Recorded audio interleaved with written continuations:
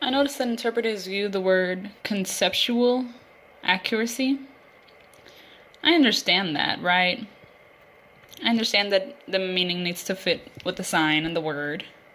That's fine. But be careful because it depends on the community. For example, the word bear, it could mean bear, or it could mean bear, or bear. There's a list of many signs and what meanings that could match that word, that idea.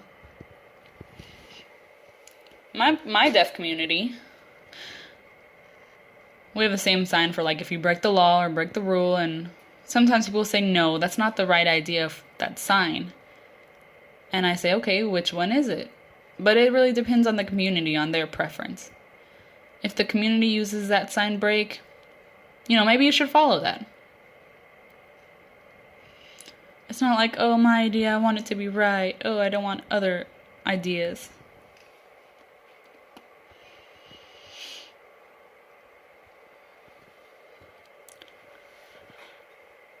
The deaf community, they're in the hearing world, and the hearing have just suppressed them. Their language, trying to get them to change it. It's true, but understand that many deaf people, they want to fight this and change it. So, any initialized sign, English word, English letter, they don't want to use that. Person, not with the P, person with the flat palm, or a sentence, or it's okay, fine, respect that.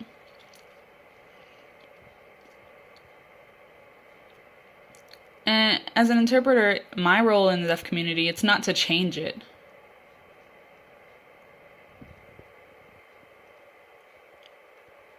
I follow what the community.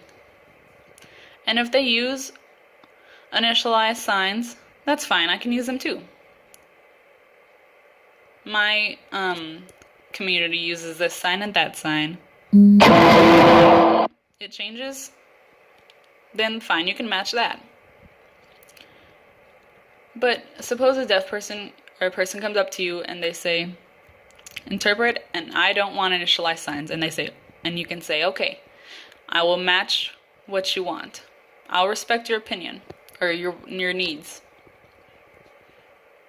And if someone comes up at you and says, I do not want initialized signs, you just follow the community as a whole.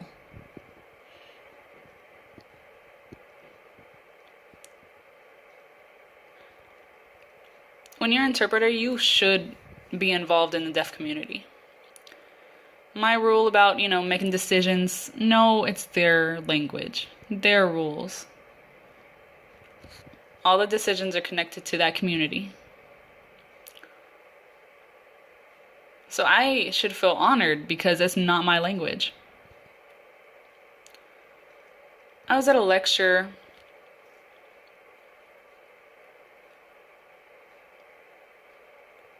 with two people, and they were discussing the interpreting planning to go into a program. And I know it's one deaf person, they're giving advice to students. And he learned, oh, yeah, it's really my language, my community. That means more deaf people need to get that passed down to them.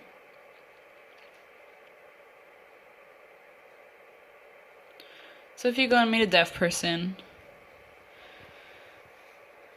and you say, I want to learn, and you should have an open mind to new signs. Don't just throw out them, but just keep them.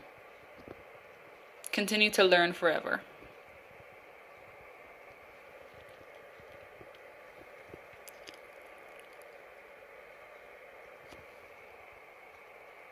ITP, those students,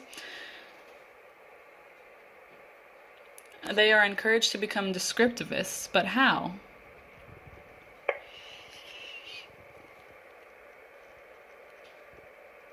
When you look back, can you remember, like, oh, yes, myself, I was doing that, or that story, or...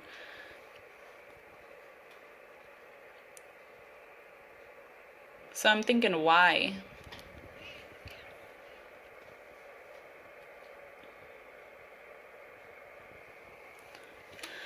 Myself as an interpreter, I want to learn about the deaf community. I want all that. But if a deaf person comes up and says, you use that sign, that's not a popular sign. And I say, okay, hopefully all the deaf community thinks the same. But how are you going to notice if it's different, or the difference between them two?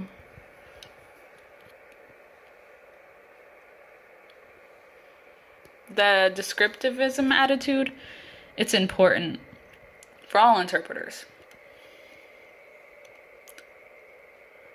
If you're an interpreter working with school or education or teaching, that's very important. Why is that?